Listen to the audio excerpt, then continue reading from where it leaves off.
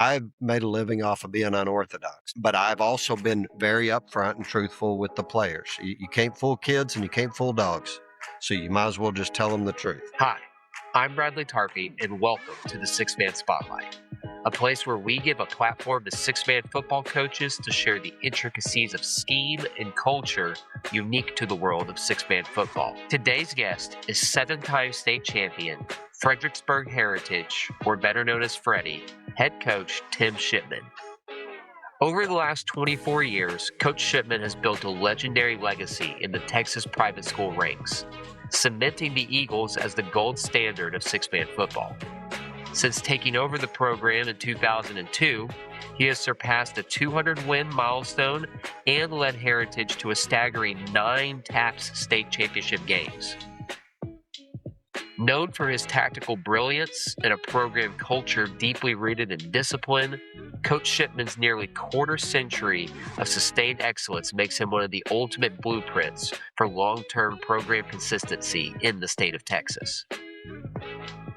In today's conversation, Coach Shipman shares insights of operating a high-level program in a small school setting. Coach Shipman, honored to have you on today. Just heard nothing but good things about you, man. I know the end of the school year is chaotic, but I appreciate you taking the time to jump on here and share the game we both love with our listeners. Coach Tarp, I was so excited whenever you reached out to do this, and I'm so thankful there's someone out there trying to capture what's in coaches' brains across the state and six-man football, and I'm just honored to get to be a part of it. Yes, sir. Yes, sir.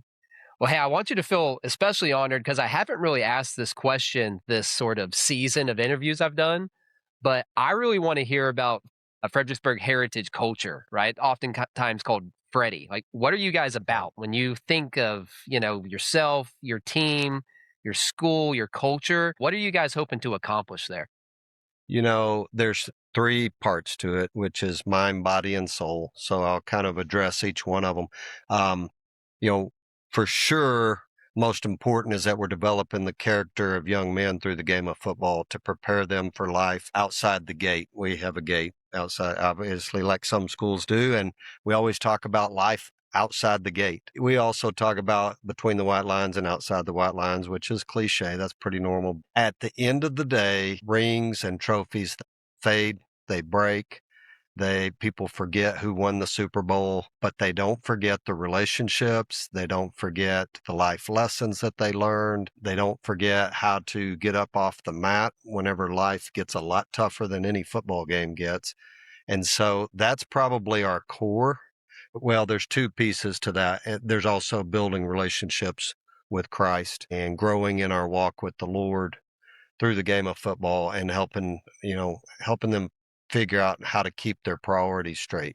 So that to me is core to everything else, whether it is our physical program and practices and all the stuff that Freddie football is, ground and pound and all that stuff, or it is, making sure that you're strong in your academics and you've got that, in the right place.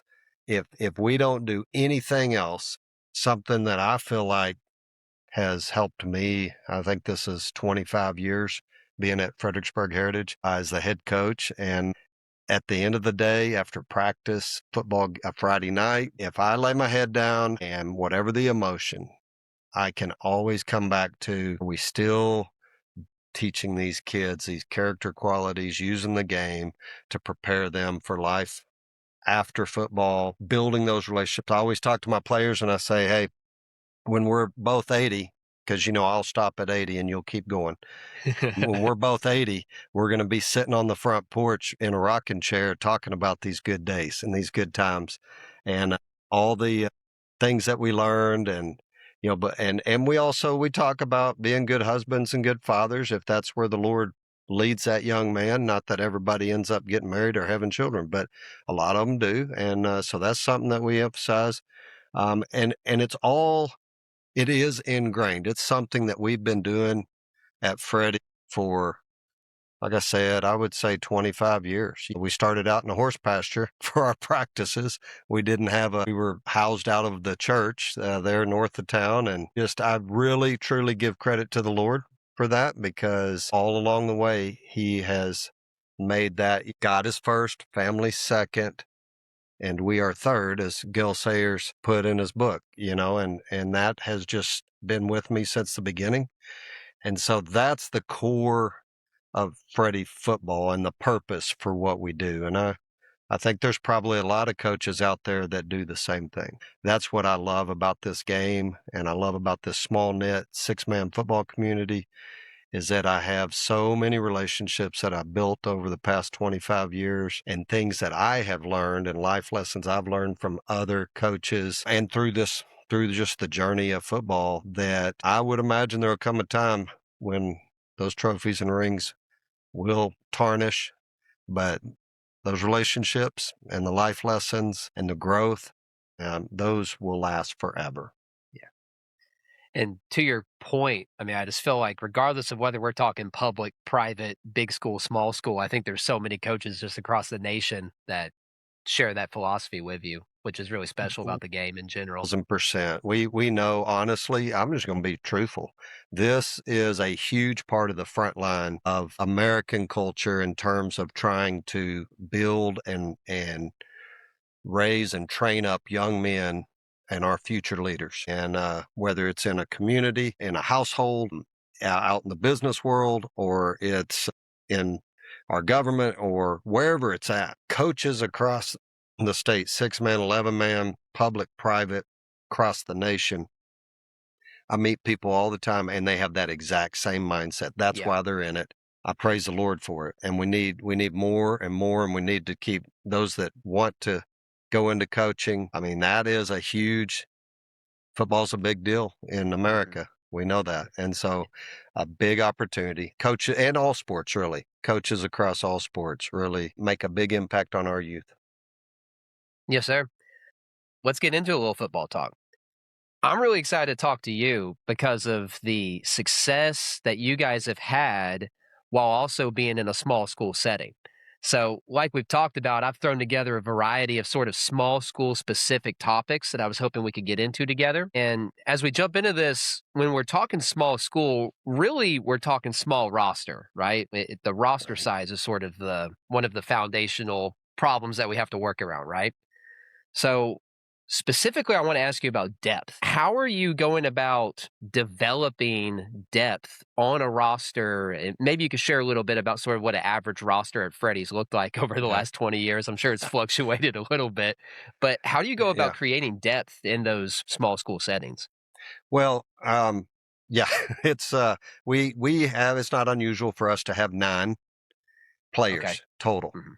And it's nice when we have 12. I get real excited when we have 12 because we can scrimmage if everybody stays healthy and everybody's eligible academically. And if I get to 14 or 16, then man, I'm elated because I know I've got a few that may not make it through the whole season and I can still scrimmage.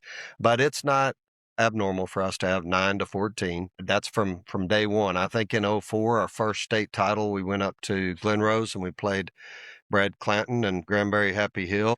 I think we walked in there with 9 healthy players, and my starting quarterback had a broken arm, which happened the Wednesday before Oh, the boy. first playoff game. And so I think it's been pretty consistent. Now, here's some things that I think we've done to try to manage that. You're rarely going to have pure depth. I think the most depth we had was in 2014. I actually had 5 offensive players that didn't play defense. That's Oh, wow. unheard of in 1A.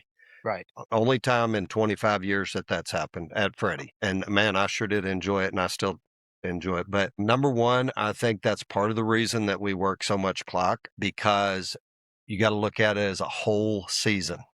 So you got to reduce your reps in game if you can. So I would say on average, we're at about 100 to 140 plays, all 3 phases for a Right. normal Friday night game. I don't know how that stacks up against the average, but if I can reduce that, I have found that my players are more fresh. You obviously are trying to everybody's trying to do things to lower the injury percentage. So we haven't only worked the clock because that's kind of who we are, but also to reduce number of plays. So that's always a factor for me. So we'll work clock a lot. Second, that goes into reps in practice. So with 9 players or 12 players, we really have to be intentional about certain drills and the amount of time that we run that drill. We have 3 phases. We have live, thud, and touch. Okay. Most coaches have things like that. We just probably end up running a lot more thud or touch because I cannot afford to be losing a player in practice. I mean, everybody has that level of, I can't lose players in practice, but when you only have 9, it could be devastating. So we really emphasize the number of reps being less, the how live that is. If we do go live, keep that to a minimum. Another component and a piece is, I mean, you have to use every single player. We talk about if we have, let's work off of 11 players. Okay. Every one of them have to have the mindset, whether you are an fast, big, strong, or an athlete or not an athlete, you have to have that mindset that I've got to contribute. I got to pour out my bottle of water. I got to pour out everything by the end of Friday night, by the end of the week. And that's kind of, I do think that is a part of our culture. Players understand that. And it kind of helps because even if a kid's not that athletic, they know they're going to be called upon. Now, what I do, and I don't, I don't know, I've made a living off of being unorthodox. But I've also been very upfront and truthful with the players. You can't fool kids and you can't fool dogs. So you might as well just tell them the truth. And I'll talk to a kid and I'll say, listen, I need you to play wide receiver. I need you to be able to make some blocks. I know you and I both know that you can't catch the ball very well. We're going to keep developing that. However, right now with this team, here's where you're going to contribute. I need you to become a great blocker. And I need you to be able to give me about 15 plays a game. And in fact, there's times when, and sometimes they look at me and they're like, Coach, I don't know about that, because if you're real with kids, then they turn around and they're real with you. I think that's important so that you begin to build that trust both ways and they don't think you're blowing smoke. And I think it really helps you as you go through the season and you're really trying to get the most out of that player. And so we might run away from that receiver. And that kid already knows that. Yeah. And he knows, but he also knows how important it is from the get go that every single player contribute. Yeah. And once they feel valuable and they know it for the right reasons, instead of just, well, I don't catch any passes or we don't run to my side very much. Well, I've already talked to them from the time they were in 8th grade, coming up through the junior high program. Now, at the same time, we have the conversation that we develop players. And by the time you're a junior, I'm going to have higher expectations for you. And I have seen it play out. And so I think having a coach at the same place for 25 years is helpful because you bring about a consistency where you can use examples. Because when they were in 5th grade, I'll say, do you remember, Josh Herman? And they're like, yeah, man, we used to play with him on the playground all the time. And of course, that's a bad example because Josh Herman was a heck of an athlete. But it'll be, Jake Aiken. I'll use him. He was an awesome kid. He wasn't the wildest, greatest athlete, but I wouldn't trade him for the world. You remember Jake Aiken? Yeah. Well, you know what? He was right where you were. And by the time he was a junior, and if they're around or if they come back as alumni, I'll even bring them in and I'll plant a seed and say, hey, touch on this. And kids' eyes just light up and they're like, man. And so I think building a culture like that in a small school, getting the players that don't play much or they don't think they're going to play much or they're not very athletic, I think it's a real positive here at Freddie. I really think we've done a pretty good job of trying to get every single player. So that it doesn't give you depth. I mean, if you're playing in the final, I mean, let's be real. You're playing with 5 guys right there. Yeah. Because that kid is not at the same athletic level. However, if I can get him to go 3 plays and that gives one of my starters a rest, a receiver that just needs to get a little Gatorade in him or something, then and I've built that culture, and I've talked to that kid about that, and the starter has to understand that too. He Right. has to understand the value of that kid coming out, and it's not always easy. We don't have a perfect system, and we don't have perfect kids. But when I get that starter going, man, you're awesome. You gave me 4 plays, and they're dabbing it up, and then hey, now I'm getting some synergy, and it kind of gives me goosebumps because if I can achieve that, Yeah. then I know that we can max out whether we get knocked out in the first round of the playoffs or we go win a state title. I know that, hey, we're taking all 9 players. One of the greatest compliments that I've ever been given came from Jeremy Wintercheck.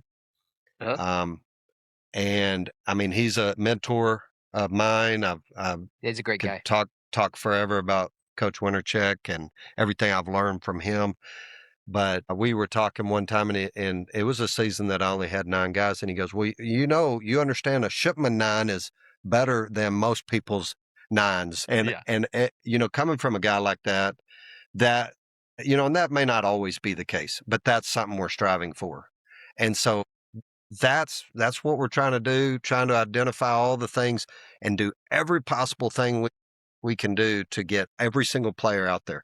So that kind of jumps into, so how do you develop those players? Right. What do we do in practice? And I don't want to get us off No, topic. that Let's see. Did we hit? I think we hit everything, or at Yep. least a focus of at least what we try to do w- to be as deep as possible, Mhm. um, between scheme, culture, and just player development. Um, I have, and it's built into the game plan. Just to reiterate, if I've got 5 guys that I think are pretty studly, and I'm gonna have Mhm. to rely on them very heavily to win the game, it's not out of the question for me to play 3 of them and 2 rest, and I'm trying to actually scheme to get 3 backups in there. They may not be that unit might not be as talented as my best 6, Right. but all we're trying to do is hang around, give ourselves a shot to win in the 4th quarter, and all you gotta do is win by 1.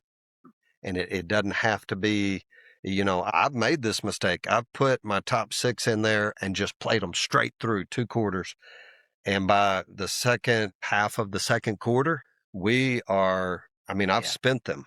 And so it's a hard, you got to be pretty disciplined as a coach to do that and to Yeah. make that rotation. I think most coaches have experienced that and they've thought about it, and it's hard not to just keep those starters in there and have them you can max out. That's what we're trying to do. So that's awesome. I think I was going into player development and practices and how we develop maybe a kid that is new to football, not Right. as talented, Mhm. versus I've got a 3-year starter who can jump over people, you know. Not that I like that. I don't like that, but it sure does light up the Instagram reels, right? So we've always operated with a 3-coach system. I'm the OC head coach.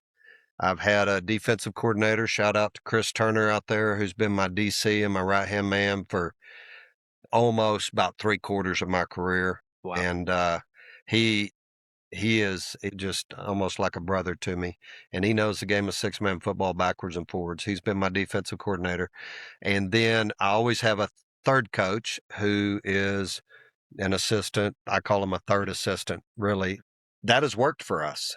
And so the reason I like 3 is I can have, if we are able to scout, for example, I can be working scout offense. Coach Turner's working our starting defense.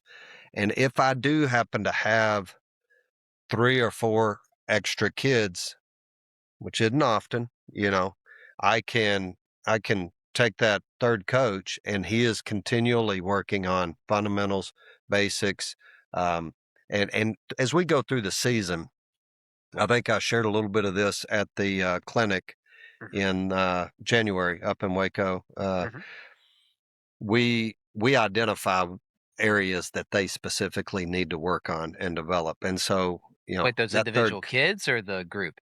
Yeah, the individual kids, the 2 or 3 that rather than having them just stand there and watch the scout team or stand there and, they're not necessarily on that particular pod getting reps on defense. I want them moving all the time, and so I'll send them with that 3rd coach, which is helpful. We use pods or groups a lot as Yeah. we go through our practices, and I will group maybe my 3 to 4 weaker players in one pod, Right. and they may get to see all 3 coaches and go through the rotation, but so do the starters. And each as they go through the pods and rotate through, each coach can, they'll know, is that the ones? Yeah. Is it Okay. and Yeah. so that's that. I don't know if I'm giving anybody rocket science, but that's a way that we develop players, and we don't do a lot of scrimmaging. We'll scrimmage mainly because we especially haven't been scrimmaging since I've gotten older because I can't run scout team like I used to. About a 6 coach system because then I need them to be about 23 so that they Yeah. can run scout team for me. But anyways, we do a lot of half-line stuff. Mhm. A lot of our drills and a lot of the things and anything like that coaches want to reach out to me via email or phone or whatever way, I'm happy to show them specific drills and things that maybe we might talk about. I know most of this is not necessarily getting into X's and O's this evening, but I have, over those 25 years, identified and figured out ways to run drills as a half line. An example to that is we have one called 22 downhill. One of our defenses, most people have a 22 in their, 2-2-2 in their defensive Okay. scheme. And Mhm.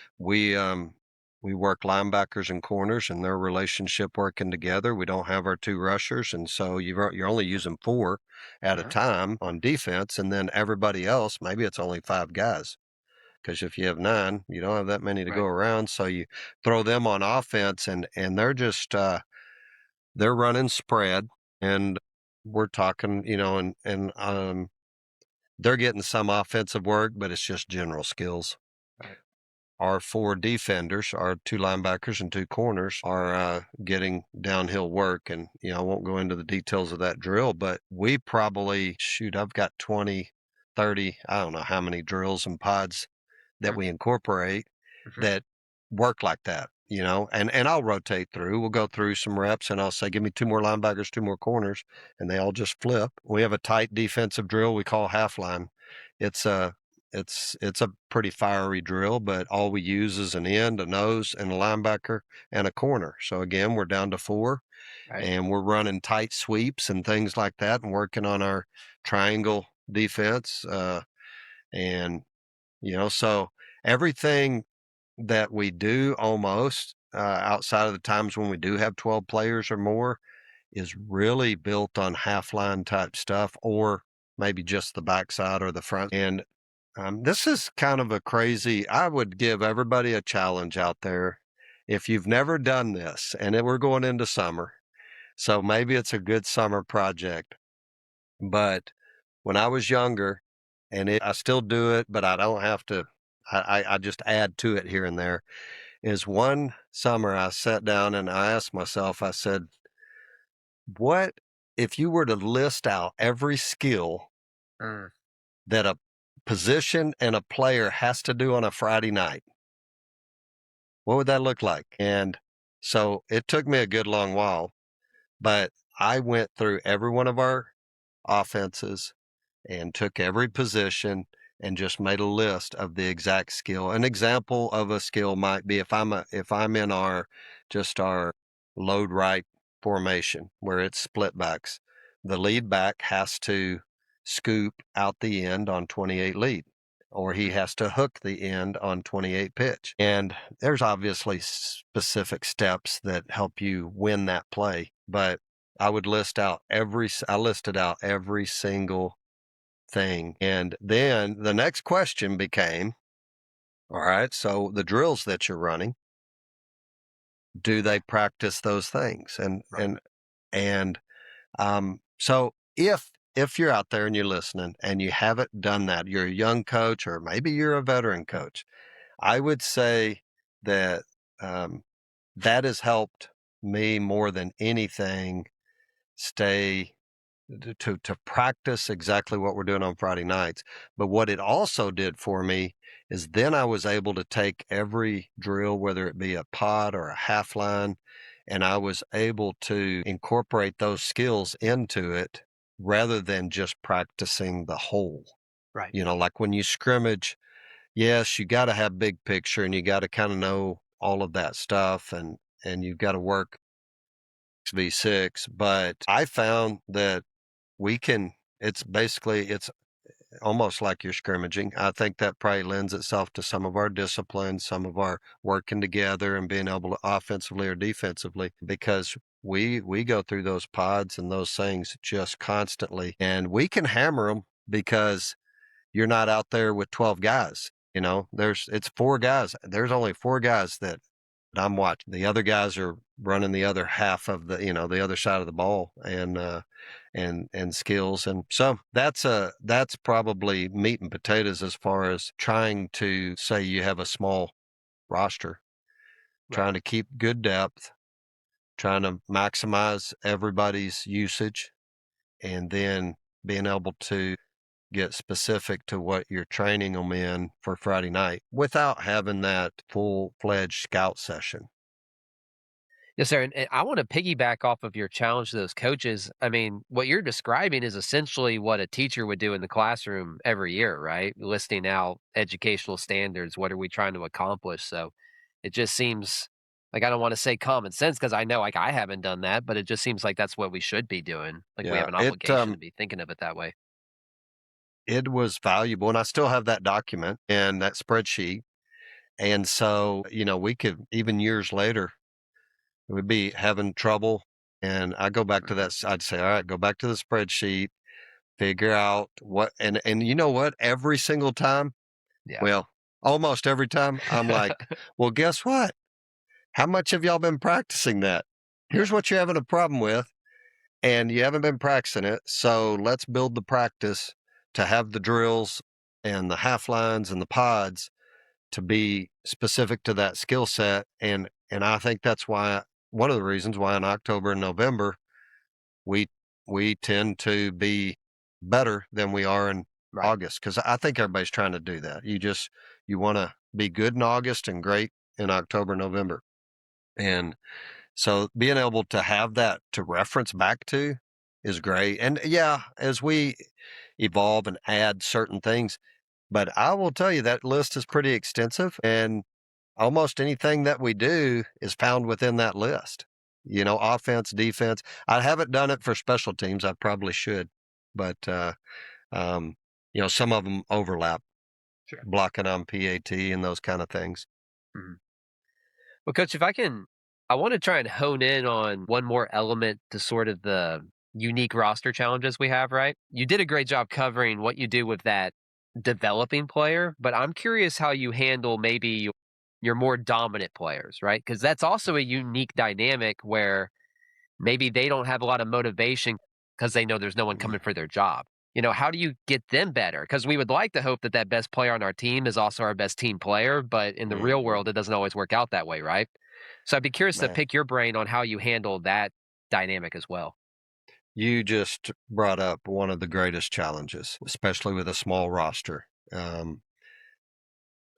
The number of times that I have wanted to pull that kid and just stick somebody else in there for several reasons. Could be a good reason, could be that he needs some rest, could Right. be that I need to just coach him up a little bit, could be that I need to get his psyche a little bit different, but it could be because he's loafing, he's taking plays off, and so the challenge is the replacement is more costly. And so I don't know, honestly, Tarp, I don't know if I have a great answer for you on Yeah. that one. That is single-handedly the number of times I've told my coaches, I've said, gosh, I I wish there was somebody that could challenge that player that could make them be a little bit worried about their job or about their position or being replaced, because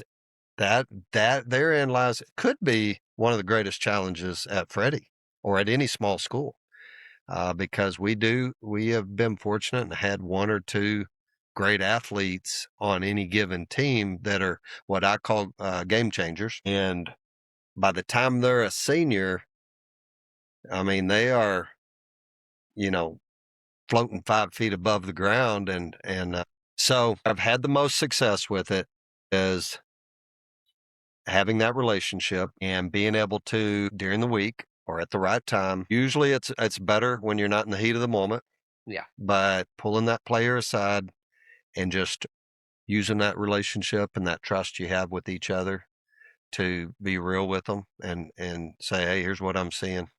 And here's why I'm seeing it, because you're really talented. Hmm. You're really a strong athlete, and you've been a strong athlete for a long time. And I know some of this stuff that we're doing is kind of monotonous. And so you're over here distracting this player, Hmm. distracting that player. Or I know that there's nobody threatening your job. And so I want to challenge you. And so, you know the challenge that's coming is you challenge them to rise above and to be a leader and all the things that a coach is going to teach a young man. And you hope, I think that the key to that is building that relationship since they're in Hmm. junior high. Hmm. And then it doesn't always work. Sometimes kids are just going to be wayward and they're in a weird place in life, a weird age, or not a weird age, but a challenging age or a Right. challenging time in life, and they're having a bad day or a bad week, or they've all of a sudden decided they're going to challenge the system. And so that doesn't always work. However, they know at Freddie that I'm going to be harder on the studs than I am the other guys. I try to be consistent. Don't get me Sure. wrong. They don't like that, but and then they might even bring it up and they're like, why? And I tell them why. Much that is given, much is asked, and It's good. their impact is greater. One, because they're in leadership, and let's face it, if you're very talented and you're very skilled, then you have more power usually in leadership just because kids are kids and Hmm. they they look at that. It doesn't mean nobody else can lead. It doesn't mean they can't lead. It just means that kid is, and that's what kind of leads to maybe some problems or some challenges. If anybody out there knows of any great answers to that whenever you Yeah. cannot, well, you do. Sometimes you just have to say, you know what? I'm pulling that kid and it's going to hurt us, but that's going to be part of the consequence. And I've done that before. In fact, I've done that with my own son at quarterback, and he's a great kid. He's Uh-huh. a great kid. Zeke, if you're listening out there, you're a great kid, and you know that. But I've had to do that, and it did not look very good, for a little bit. Sometimes you got to, do the right thing, and so that's a tough one Yeah. It did kind of. in a small setting. I guess y'all are able to, maybe potentially with the numbers that you have, you may have two or three running backs, let's say, that go, you know what? You're working your way out of a starting position, and Johnny here behind you is very happy to take that spot. And so that's a beautiful thing. And that's exactly what I would be doing if I had, 20 players or something like that. And so it's Yeah. good. I'm glad you are doing that No, because they need it. yeah. No, we're blessed where we can use the depth we have as sort of Yeah. leverage in those situations, but that That's doesn't mean that we're immune to this stuff either. no, Every absolutely. I team mean, has its top dog, right? yeah. Oh yeah, Yeah. for sure. And Yeah. yeah, no matter the level, you know. Yeah. And I've been very fortunate. I do not have not had perfect kids, but rarely have I had to just deal with the kid that is just he needs us. But man, he's athletic, but he's a tough kid. But speaking on that topic, football is an emotional game. Hmm. Um, and that is a good thing. It's Yeah. one of the unique sports. That's why I love football so much. I love every sport. Everybody's always accusing me of being bias to football. Say, well, that's because I'm the head football coach and I've been the head football coach for 25 years. But I love every sport. However, there's nothing that I can think of that's like football. I mean, I don't know. I've never played hockey, but it's a physical game. Mhm. I've never played rugby. Maybe there's some correlations there, but I can tell you the challenges emotionally for young men, for coaches, for grown men, the chemistry, the dynamics, and then you throw in the physical element of football. And I love it because it is a great place to grow and mentor and mold young men. Every coach would agree with me. That's why I think every coach, top to bottom, pros all the way down to little league, that's the things they're preaching. And so I'm just preaching to the choir here, really. But man, there's not a single person out there that's been in football that hasn't fallen to that emotional piece, you know. And so I know I have. And man, you get done on a Friday night, or you get done with a practice, and whew, the Lord gets a hold of you by the scruff and starts teaching and telling you some things. So been there. It's a great thing. It's a good chance it provides many opportunities. Peace. No, no. For me, I should be a little bit more well researched on this. Are y'all a Jaybird team? Have y'all So I love that question. So we are actually in Dave Campbell's, we are a multiple offense, okay? and I will run any offense, as many formations that I can possibly run and not overwhelm the team. I've got a offensive playbook that's literally 6 to 8 inches deep with offenses that I've either ran or I've drawn up and never run, or I've seen and drawn the offense. I mean, and so yes, technically here in the last ever since, probably 25 years, we've been a tight team. Okay. That's what, if you were to walk into our practice, we would say, hey, we are a tight ground and pound team. Now, we try to do it in a lot of different ways. When Coach Wintercheck came over, he was the AD at Heritage in 12 and 13, and we got to coach together a couple of years. I learned a tremendous amount about the Jaybird. I knew about it before, but that's when I really started using it. Prior to that, we didn't have it incorporated into our offenses, our tight offenses. But so yes is the answer.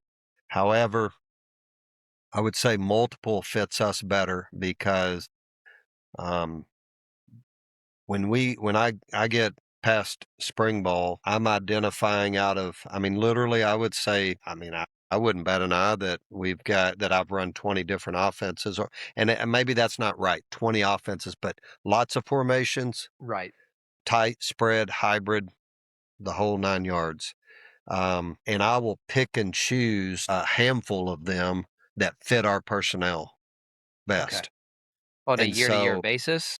yeah, on a Okay. year-to-year basis. And that Okay. probably may go into having only 9 players. Yeah. That could be another thing as a small school that you Well, got to that think was gonna about. be one of my questions here. This is almost like a chicken or the egg situation. Like, are you, It's you more, know? I really am a firm believer in customizing your offense to fit your personnel. Okay. Now, the downer of it is I'm not real great at passing the ball and teaching all of that. I'm still trying to learn. And there are guys out there that just do that incredibly well. But I've gotten better over the years. But I look at it more as, do we have the size to be the tight team that we want to be? Or do we have more speed, and would spread and hybrid fit us a little bit better? And then I still have all three built into the offense for that year. And it just comes down to play calling more than anything on what fits us better, what's the circumstance, what's the strength or weakness of the defense we're playing, And so I I love having options, having a plan B, C. I love the chess match prior to Friday nights. That's probably one of my most favorite X's and O's pieces is figuring out where they're weak. And by running a multiple offense and having multiple formations, it gives me more options to look at how can I expose the defense, and how can I get mismatches, and how can I utilize the 9 guys that I have. And it could vary a little bit week to week. One week playing a bigger team as far as size wise, and I may Mhm. spread them out a little bit. And then another week we're not very big, maybe, but I'm bigger than the other team where I feel like we can move them with our physicalness. And so I'd say multiple, but yes, if you've watched our games over the last 4 or 5 years, we run a lot of Jaybird. Okay. Um, a lot of You know, Jaybird. you're talking to a guy that's primarily like a one formation team. Hmm. So I'm curious how, if you guys are multiple, how do you go about building your blocking rules to sort of Hmm. account for you're going to be in these different sets? You Yeah. think you know how they're going to line up, but at the end of the day, it's Friday night. It's hard to Yeah. be positive. Like, how do you go about tackling that?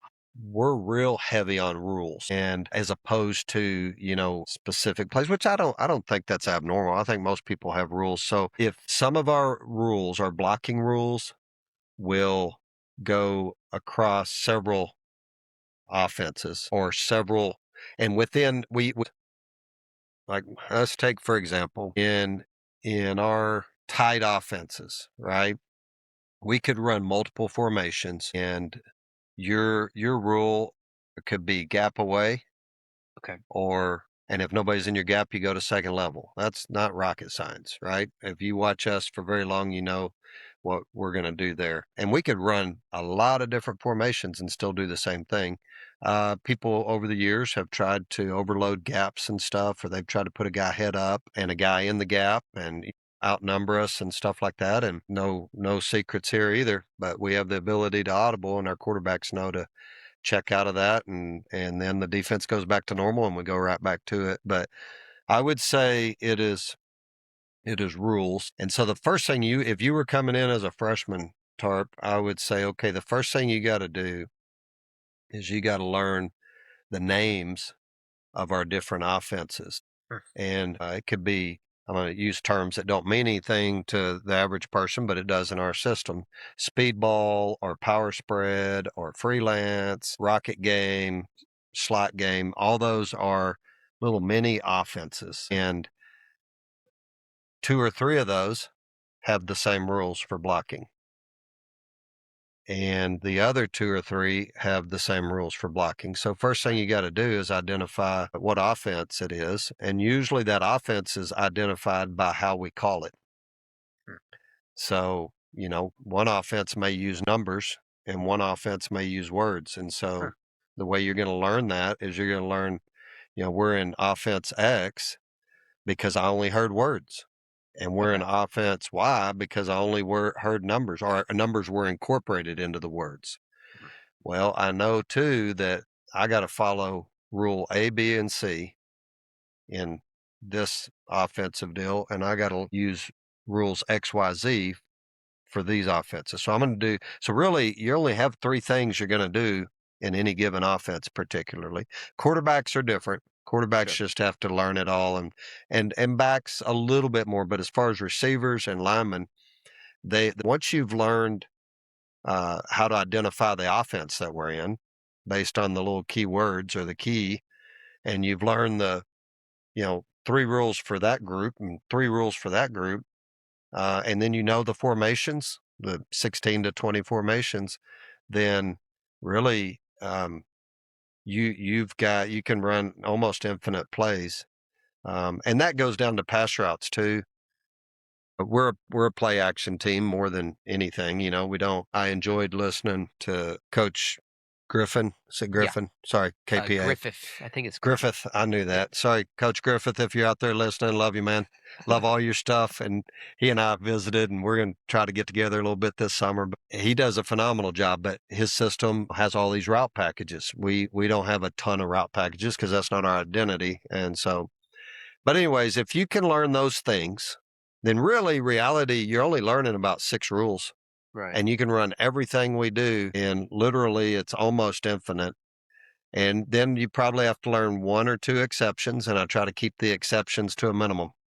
And that includes tight, hybrid, and spread. So they really, with running the multiple, They don't have to learn as much as you would think they do, as long as you have the system that is not just memorizing plays. And I imagine I know the answer to this, but this probably helps with sort of that unforeseen injury situation where you've got a kid playing in an unusual spot, right? Yeah. Where really that kid just has to know his 2 or 3 rules. Am I Unless understanding that right? sure, you're Yeah. 100% right, and that's Okay. helped us having 9 players. Right. If you kinda learn the system and you learn the terminology, then it's not that hard. If you were a running back and I need to and I lose a receiver and I've gotta bring in my 3rd running back, and that's a better option for me rather Mhm. than bringing in my 3rd receiver. It's not that hard for that running back. He already pretty much knows the rules anyways. Now, if you're a freshman, you're it's gonna take you a little time to figure it all out. Unless you were Zeke, and you were going scouting with me since you were in diapers and you Yeah. know it And all he rides anyways. home with you, right? Yes, Gets a lot of extra exactly. coaching. Yeah, yeah. That makes for some interesting conversations when we're running in plays between the two of us. Yeah. I'm like, we don't have time to have an argument here. We talk about it at home. I think you bring up valid points, but, the clock's running. Alright. Okay, coach, so it's time for sort of our final segment of the show, and I call this the depth chart. I'm gonna give you 3 options, and you're gonna rank them off of how you see them in terms of their difficulty. I should give you the topic here. So these are the most challenging parts of scheduling and organizing your practice. I'm gonna give you 3 things, I want you to organize them, okay? Okay. Okay, so the first one here is having a quality 6-on-6 session when you're working on your offense. Okay, that's number 1. Number 2 is putting together a scout offense. So you want to work on the defense and you trying to throw together 6 bodies to give you a good look. And then the final option here is getting enough reps for your backup players so they can sort of develop and learn their Mhm. rules as well. So number 1, scout offense every time, hands down, extremely important because if you know the enemy, you know the other team, and the scout O is running it, which I run the scout O, and, that's number 1. That's super important to Okay. us. I think I've got a defense follow-up wins. question on that here in a minute. So, Okay, defense okay. wins championships. Number 2 is quality reps for your backups, particularly for us because we are relying so much well, everybody's relying on backup reps. I think that's probably one of the things that I don't do very well because I get going, too much. Mhm. We do it well in our pods, but as far as getting like scout work with those backups, that's a little tough. But that is definitely number 2. And then, of course, number 3 is the quality 6v6 on the offense. Um, because we are our practices are built so heavy on pods and fundamentals that I feel like if they know the offense, they know where to go, then we're practicing mega in pods and half lines on what do I do when I get there.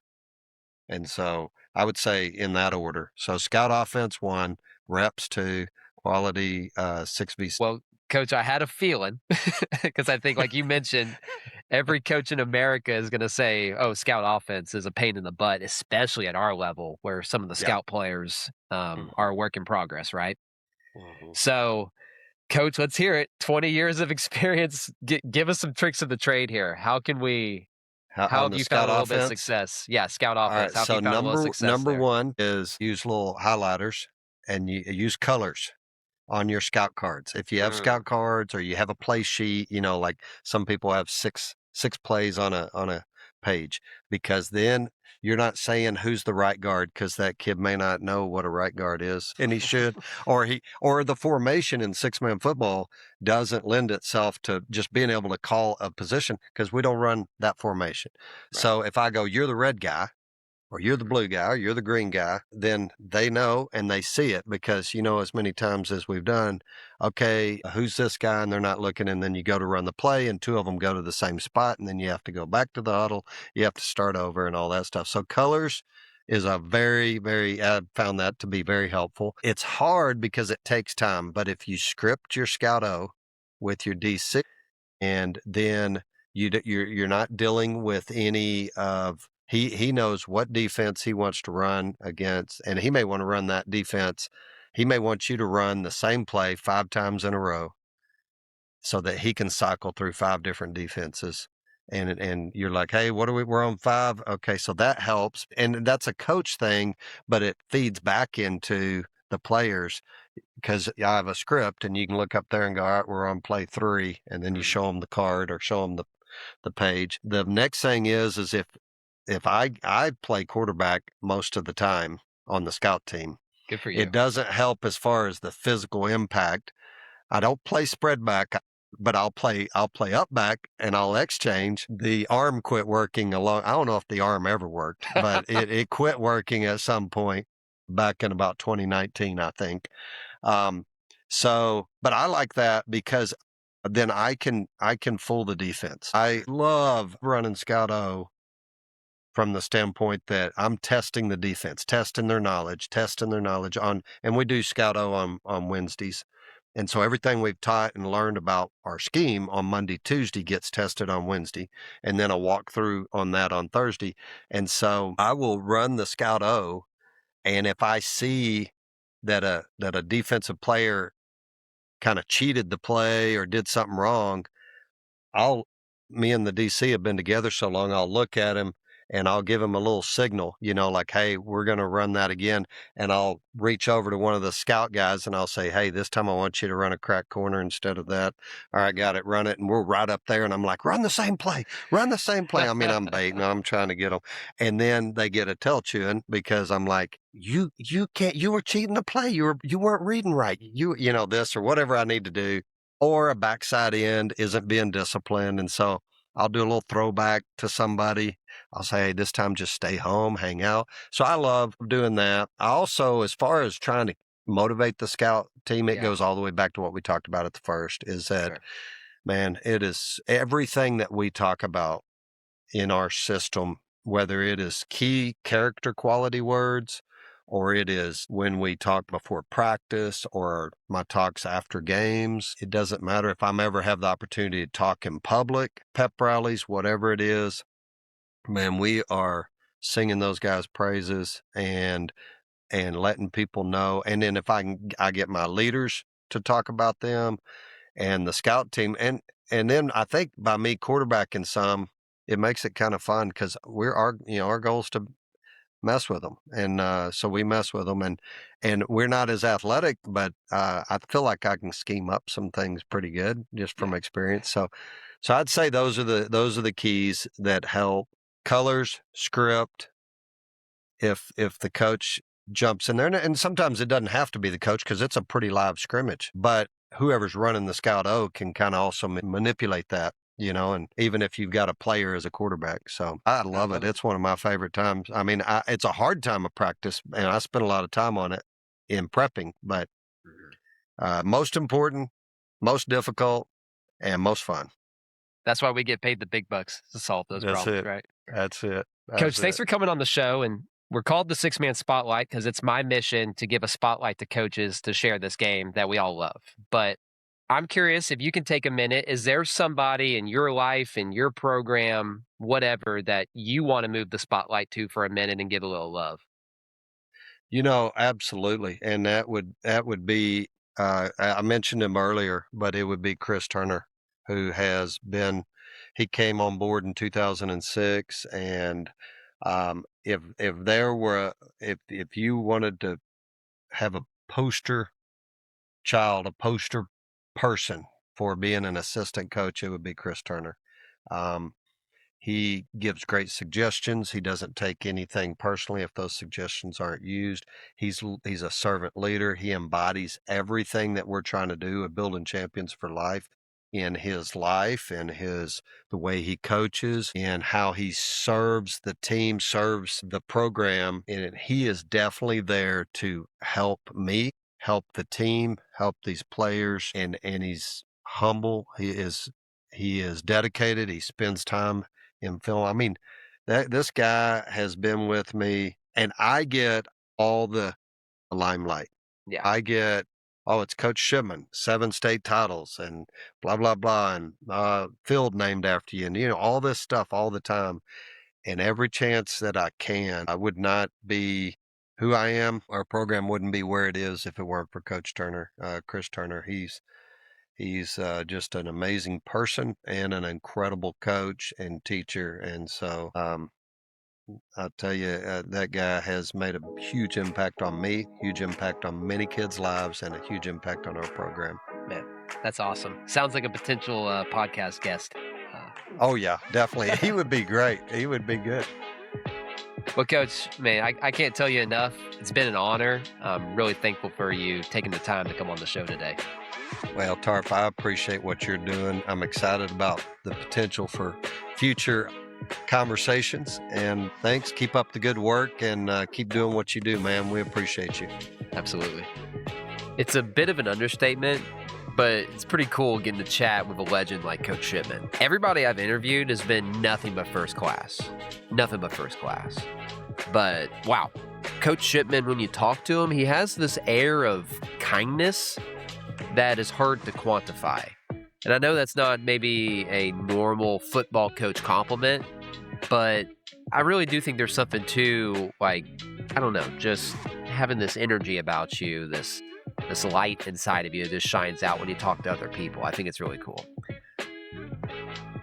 There's a lot to comment on from that conversation, but immediately the way that he gets creative with his kids and teaching the game through those small groups or pods is what I think he called them, is something that just keeps coming up whenever I'm talking to these coaches that have been around for a while and have been successful for a long time.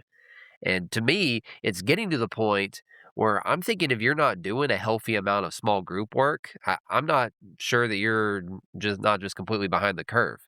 Like, even we do a fair amount, but I don't know, I'm trying to get my wheels turning and how we can incorporate even more of that. And the pod conversation is both sort of the highlight and the missed opportunity to me from this conversation. Because as we were talking, I wish that there would have been a chance to maybe give a visual to that so that he could share a little bit more. But uh, good news is when me and Coach were talking off camera, he expressed an interest in maybe getting back together so that he could visually walk me and, you guys, the audience, through some of these different pod things that they do. So, and when it comes to that, two things pop up in my mind. Number one, that's exciting, and that's something that I really want to follow up on. And number two, that is just really generous of him to offer, especially after I just took up over an hour of his time to record this conversation. So I think that right there, frankly, just says a lot about Coach Shipman. I hope you enjoyed this conversation today. I don't have much of a plug today, but I do want to leave you with a challenge. To me, it jumps off the screen how much Coach cares about the kids that he coaches. And I would bet a good chunk of money that his kids feel the same way about him. And I don't think either side of that equation has anything to do with X's and O's or anything to do with small school practice structure. So, in honor of Coach Shipman, and as the summertime is officially here and we've got our off-season practices, we've got our summer strength and conditioning, whatever that looks like at your schools across the state, across the country, I want to challenge all of us. Let's care about the kids that we coach and the kids that we teach and the kids that we work out. Let's care about them deeply. And let's try to build real and transformative relationships with them and be the coach that they all deserve. So last time here, thanks again to Coach Shipman, and thank you to all of you for checking out the channel today. I'll catch you next time.